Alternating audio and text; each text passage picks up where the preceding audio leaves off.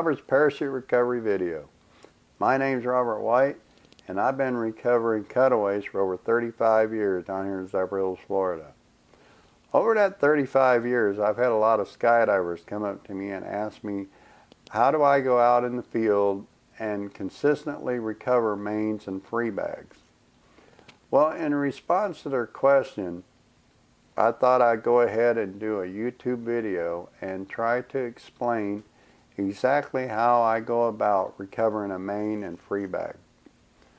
And I'd like to say before we get started, if this video helps you in any way, or if you find your main or free bag after watching this video, please email me and let me know. Just send me an email, let me know that this video helped you, because I'll go ahead and I'll do more videos. Or if you have any comments or how I can make this video a little bit better, drop me a line and I'll be sure to answer all your emails. The way I want to go ahead and go about this is I'd like to do a little scenario where I'm going to go ahead and give you some wind directions and some winds, and I'm just going to go through a regular old cutaway and how I would go about recovering it. Okay. When I get a call from the drop zone, the next thing I do is I go over and to the computer and I find out what the winds are doing at that particular time. Okay. In our scenario, we're going to say the winds are primarily 5 mile an hour out of 270 degrees. Okay, now when you go to look for winds, okay, you want an average. Okay, you know, what's your highest gust, what's your lowest gust? Get your average. Okay, and we're going to work off ground winds. Okay, anything above 3,000 you can have a differential, but the parachute's not going to stay there that long. So what we're going to do, anything below 5,000 feet, we're just going to go ahead and we're going to calculate that using our ground winds. Okay. So once I have my winds and my direction and everything of what winds are doing, then I'm going to go ahead on out to the drop zone and I'm going to sit down with the skydiver and I'm going to interview the skydiver. And I've got 6 questions that I ask every jumper. And the first one is, where were you when you cut away? Now, if this is his first cutaway, he's probably not going to remember where he was. He's going to give you a vague, area where he was. Or if he's cut away 3 or 4 times, then he might remember exactly where he was. Okay, but on any type of lost skydiving gear, the best thing that you can do when you lose something is to look between your feet and pick out an object on the ground that you can remember on an aerial map. This is going to find your stuff quicker than anything else. Okay, a lot of people when they cut away, they tend to want to chase that main, or they want to chase a free bag, and that's all fine and dandy if it's landing out in a big open field. But if it's going to a woods or a cornfield, at some point you're going to have to turn to land and take your eyes off that canopy, and then you're going to forget where it landed. Okay, so if you remember to do it, remember always safety first. Getting yourself to the ground safely is paramount. But if you can remember to do it before you unstow the brakes on your reserve, look between your feet and try to remember exactly where you were. In our scenario, we're going to say that our jumper was right above this tree here. This is our anchor point right here. So in relation to the drop zone, they were right over this big old bushy tree right here when they cut away. And he cut away at 3,000 feet.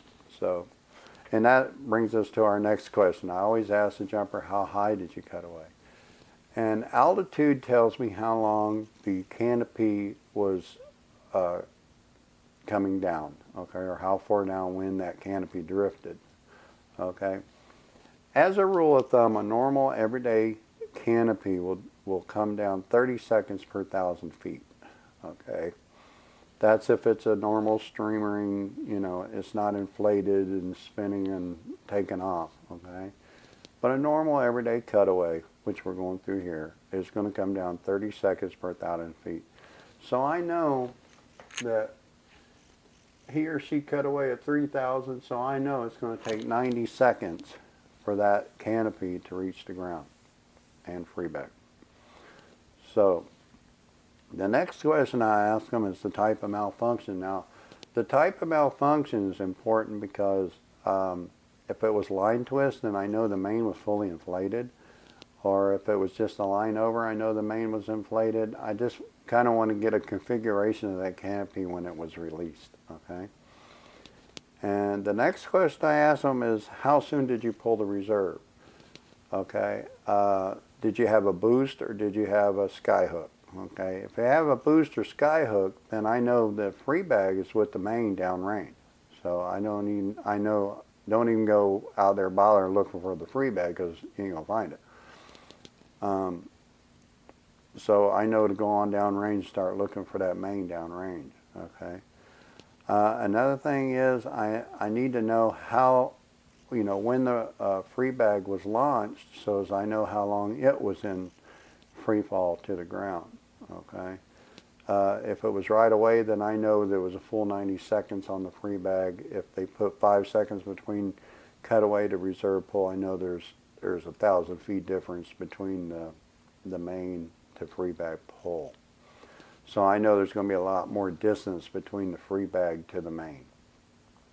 So that gives me an indication there. Now, another question I'll ask them is if it's not your canopy, I'm talking from a third person point of view because I'm usually a third person walking into this. So I ask them the color of the canopy because I want to program my mind when I get into that cornfield or I get into that woods. I want to know what color I'm looking for or what program my mind to catch. Your mind will, if I'm looking for orange, my mind will pick that out. I'll out of the corner of my eye, I'll pick out orange. So I kind of want to get that programmed into my mind. Okay. And another question I'll ask them is, what type of container did you have? Because I need to know what type of free bag is involved. Vectors have a really heavy spring pilot chute and tend to track to the ground just a little quicker than a normal free bag. And wings tend to go down range a lot further because they have material that comes all the way down to the bottom of the spring, and they're a lot lighter springs, so they tend to want to go a little bit farther than a normal free bag does. So this is why I asked them that. So after I interview the jumper, then I'm going to go to Google Earth, or I'm going to go to an aerial map that has a scale to where when I start my calculations, then I can start looking where I need to, where my search areas are going to be. Now, when we go downwind to search for something, to avoid running all over the place, okay, we want to get our search areas down to the smallest areas that we possibly can, okay? And what I call the hot spots, or the hottest areas that parachute's going to be found in, okay? So, and the way I do that is like this, okay? I take my 5 miles an hour, okay? We already know where our anchor point is. We figured that out. He said he was right above this tree. Now, let me tell you a little bit about anchor points, okay? Anchor points, let's say he was above this tree in his perspective, okay? But let's say he was over here as opposed to over here, okay? As opposed to the center of the tree, okay? So if I draw 270 degrees going down range on these 3 perspectives, okay, you see how much distance we start to look at down range here? Okay. And this is a reason why people don't find their free bags a lot of times, is because, yeah, we were over this area, we were over this tree, but was we south of the tree or was we north of the tree? Okay. You could have been just slightly off. So what we do is I'll use the tree as my anchor point, right? But what I do is I go down range 900 feet, okay, because I take 5 and I times it times 2. For your free bag, always times it times 2.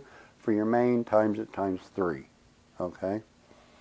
It's just through watching hundreds and hundreds of cutaways and timing them to the ground and everything, I've come up with this little formula that works. I call it the 2-3 methods, okay? So I use two for the free bag, 3 for the main, so 5 times 2 is 10 times 90. Remember, 30 seconds per 1,000 feet, okay? So he's at 3,000 feet, so that's 90 seconds. Will give us 900 feet downrange, okay? So we know 900 feet, okay, we need to be looking for that free bag, okay? So at the 900 foot mark, we're going to say the 900 foot mark's there. I'll come back up here and I'll put a search area just like this, okay? Now my search area, okay, we know this was 270 degrees, right? But I want to offset my search area by about 100 feet both ends, okay? So I'm going to wind up with a search area that's probably 200 to 300 foot wide, okay? And I do this because, you know, wind can shift, okay? The free bag could attract off just a little bit to the south or just a little bit to the north, so we don't want to miss it. So this is why I assigned a search area such as this, okay? Now I know that somewhere in this area is my free bag. So I know that my free bag is somewhere in this area right here. Okay. Now, after we locate that free bag in this area, then I can adjust my wind line according to where the free bag is actually setting. Okay, so let's say our free bag was found right here. Okay, so we know our wind line is probably right here, 270 degrees. Okay, so now I take that same 5 miles an hour, I times it times 3, which gives me 15 times 90 gives me 1,350 feet. Okay, so I know that main is from this point 1,350 feet downrange, or 450 feet farther than the free bag. So we're going to take 1,350 minus 900 gives us 450 feet. So 450 feet from here to here, or 50, 450 feet gives us our main. Okay, and again we're gonna box this area off when we get down here, and we're going to make it a search area, and we're going to search that area out because that's the most likely area that it landed in. Now, what happens a lot of times is people tend to want to go down and they just want to run all over the woods, okay? You get turned around, you lose the wind line, and a lot of times you wind up walking right by the canopy and not finding it. And that's why a lot of people don't find their parachutes. So once you have a search area, okay, I will search this area right here, okay, and I will, if that parachute is not in there, then I'll come back to the drawing board and I'll find out why, okay, and then we'll go again, okay. If we didn't find the free bag or the main, then I'll say, well, okay, we need to figure out where this guy was, and we're going to go back to that anchor point if we have to move our anchor point. And if we move the anchor point, then we start again, okay? But we always use controlled search areas, okay? Now, in a situation where we don't have an anchor point, let's say we didn't have an anchor point on this one, we didn't know, okay? Then what I'll do is I'll get a good idea of where he was. I know he was in this corner. He was in this corner somewhere, okay? So what I'll do is I'll take 900 and I'll add 100 to it and give it 1,000, and I'll come out here and I'll make a search area 1,000 feet, and I'll come all the way down probably close to the bottom of this field, right? And then I'm going to work this until I find that free bag, because I need that free bag to give me my wind line, Okay, if we find a free bag there, then we know our anchor point is right here. Okay, and we know that our main's down here. So this free bag is going to be paramount in finding our main. Okay. I know everybody wants to run down range and find the main and forget about that free bag, but a lot of times that free bag will give you the absolute wind line from the anchor point. So, and that's basically how we go about recovering a main and free bag. Now, if by chance we don't find this free bag, right, there are times when my guys want to go ahead and they want to go for the main, and we find the main, then what we're going to do is we're going to take this 270 degrees and we're going to back shop it. We're going to go back up the wind line from where we found the main, 450 feet, and we're going to take a real closer look at finding that free bag. So it can kind of work either way. But this is basically how you want to go about it, okay? The only other thing that I can say is before you go out and do the actual hunt, go ahead and get permission from the landowner, okay? Don't just trudge in there, because after you leave the drop zone, if this is not your home drop zone and you leave this drop zone, then that drop zone has to deal with that landowner, okay? And you know, if I just went off in there and the guy caught me, right, he's not going to remember, well, Robert went in there and got his main, you know. They're not going to remember that. They're going to remember that skydiver went in there, you know. And so you kind of muddy the waters for anybody else that the canopy goes into his woods. So try to get permission if you can. If they won't give you permission, try to get a hold of the police and see if you can work out something where the guy can go with you in there to recover it or whatever. But try to do it with permission at all costs. The only other thing that I'd like to add is if you've had a bag lock, okay, and a lot of people ask me about bag locks, so I'm going to touch on bag locks just a little bit here. Bag locks, let's say up in this corner of the woods you had a bag lock and you pretty much knew you're kind of over this area, this is your anchor point, and let's say that the wind was doing a 180 heading this way.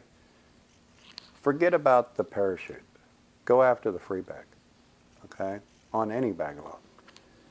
Find that free bag.